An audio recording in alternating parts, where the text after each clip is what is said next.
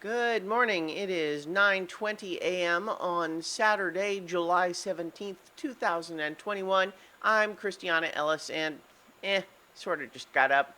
Been moving slow around here cuz I definitely would have been sleeping longer, but Rocket woke me up twice. Like he woke me up at about 4:30, which seemed very atypical, but I went ahead and I took him outside because it seemed like I don't know, maybe he sort of urgently had to pee or something, but then it didn't seem especially urgent outside, so I don't know. But then he woke me up again more recently, and I'm not sure why. Like, I woke up a little bit sinus congested, so maybe I was snoring, which I almost hope that's it because that suggests that it's not that I'm usually always snoring. I don't know. But yeah, I'm not sure what the deal is there. As far as the congestion is concerned, it's one of those things where it's like anytime you have a symptom of anything these days, it's like, oh God, I don't have a temperature or anything. And so it is certainly also a time of year where I have typically had allergies. So that is probably the culprit. But of course, I'm keeping an eye on those symptoms. Gotta watch that Delta variant. Anyway, last night I watched Luca on Disney Plus, the newest Pixar film, and I liked it quite a lot. I mean, I think that, I don't know, I think I was about to say that it was sort of lightweight compared to some. I, but I'm not sure that's true. I think it's, that feeling is really just coming from the fact that it's about kids in this one. So it gives them kid-sized, you know, uh, issues to deal with. You don't have quite the same level of existential despair when you're doing kids, But at the same time, I think I feel like, as others have suggested, that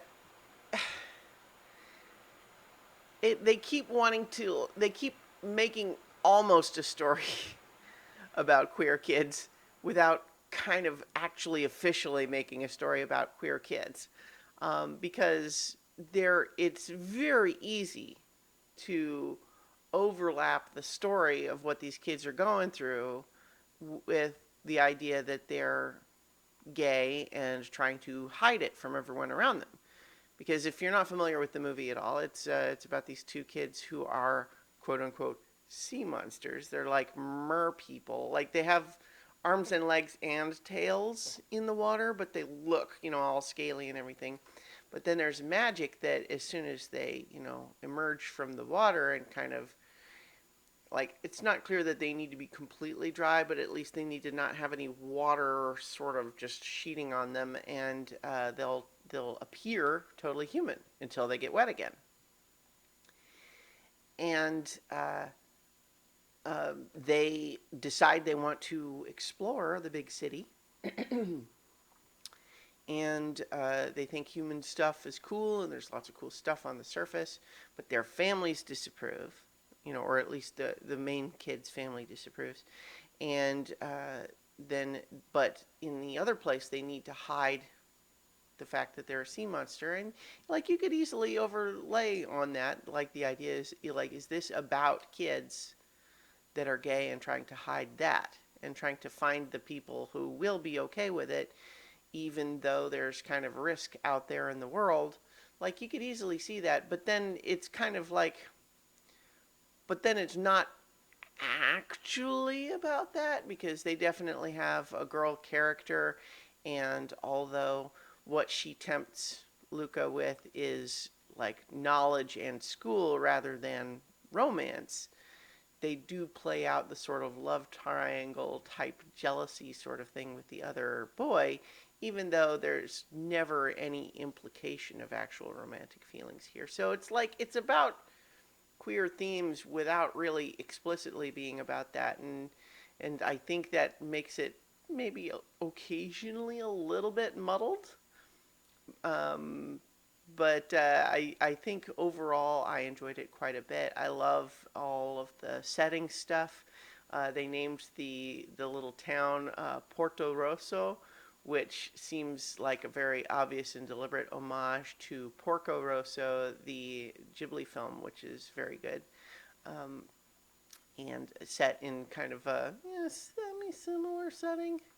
And the kids are cute. It's often pretty funny. It's touching, even though like thematically it's occasionally a little bit wonky. The actual story plot comes together pretty well. Um, the the villain is never really sort of given any explicit reason to be a villain other than he's just a jerk. But that's okay. I mean, he is a jerk.